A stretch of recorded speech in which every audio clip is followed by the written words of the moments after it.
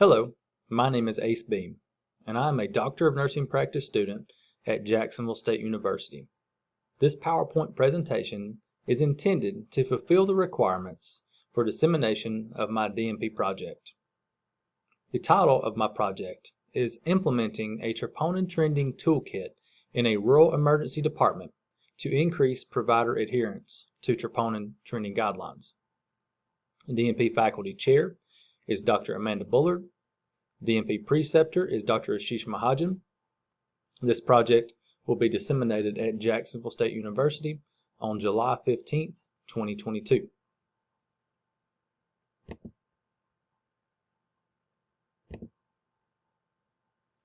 The need for this DNP project was realized after following many patients from the emergency department with cardiology consultation at the author's primary practice facility.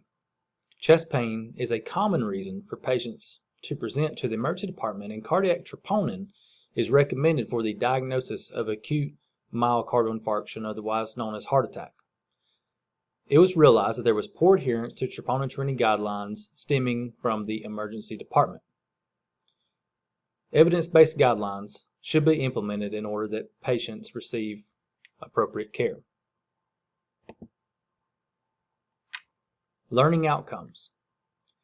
The intended outcomes of this DNP project is to increase provider knowledge of chest pain protocol, as well as the need for troponin trending protocols, the implementation of a troponin trending toolkit to assist emergency department providers in effectively implementing chest pain protocol. Outcomes include improving provider adherence to established chest pain protocol, including troponin trending guidelines. And overall, the intention is to positively impact the outcomes for patients who present to the author's facility for treatment of chest pain. PICO question. Among healthcare providers in a rural emergency department, does implementing a troponin trending toolkit for patients presenting with chest pain increase provider adherence to troponin trending protocol over 1 month? The theoretical framework chosen for this DNP project is Rogers' diffusion of innovation theory. Rogers' diffusion of innovation theory is widely accepted as a protocol that is sufficient for change in healthcare facilities. It begins with the acquisition of new knowledge by the learner.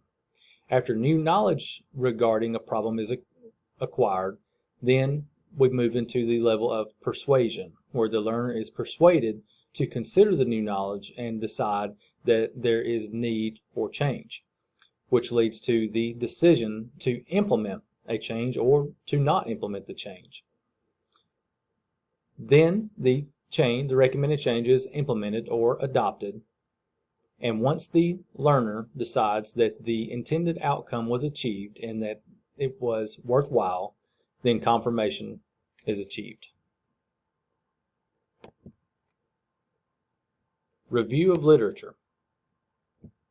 Chest pain accounts for approximately 7.6 million annual visits to U.S. emergency departments each year. Chest pain protocols are intended to add structure to the process of patient evaluation. And current guidelines from the American College of Cardiology recommend that cardiac biomarkers should be measured at presentation in patients with suspected myocardial infarction, and that currently the only biomarker recommended to be used for the diagnosis of acute myocardial infarction is cardiac troponin due to its superior sensitivity and accuracy. For patients presenting to outpatient settings with acute chest pain, the initial evaluation is based on determining if the patient should be transferred to a higher level of care to evaluate for acute coronary syndrome, which is where cardiac troponin comes into play. Cardiac troponin is the cornerstone for ruling out acute myocardial infarction in patients presenting with suspected acute coronary syndrome. Giulati provided recommendations for troponin trending protocols as part of the routine evaluation for patients presenting to the emergency department with chest pain and possible myocardial infarction. These guidelines recommended drawing troponin level at presentation and repeating troponin levels at 2 hours. Implementation of troponin training protocol possesses the potential to improve healthcare quality while maintaining safety. Design methods and quality improvement.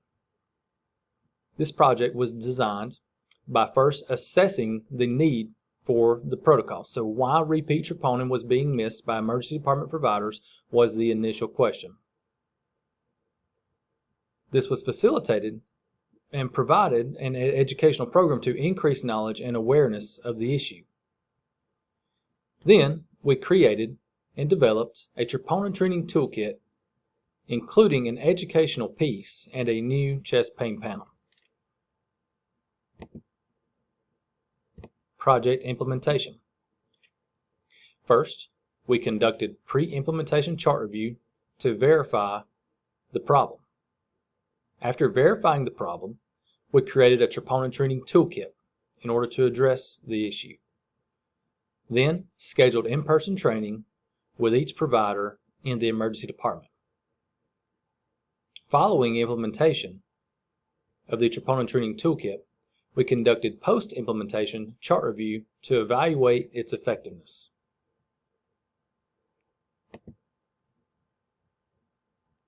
Outcomes analysis.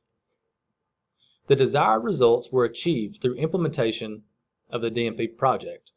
Pre-implementation chart review revealed a 58% adherence rate to troponin training guidelines. All providers participated in the training were pleased with the troponin training toolkit. Post-implementation chart review revealed 100% adherence to troponin training guidelines. So this was a significant improvement. Conclusion and implications for practice. This DMP project emphasized the importance of implementing a standardized program for improving compliance with evidence-based standards. The troponin training toolkit was effective at improving emergency department healthcare provider compliance with evidence-based troponin training guidelines. The results of this DMP project stress the importance of implementing formal educational programs and electronic tools to improve compliance with evidence-based guidelines.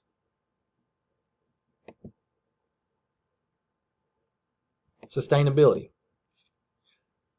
The results of this project will be sustainable as the healthcare providers obtained valuable new knowledge throughout the training process. Also, healthcare providers are more aware of the new chest pain panel that was created within the electronic system. Also, an educational piece will be included in updates by the emergency department nurse educator.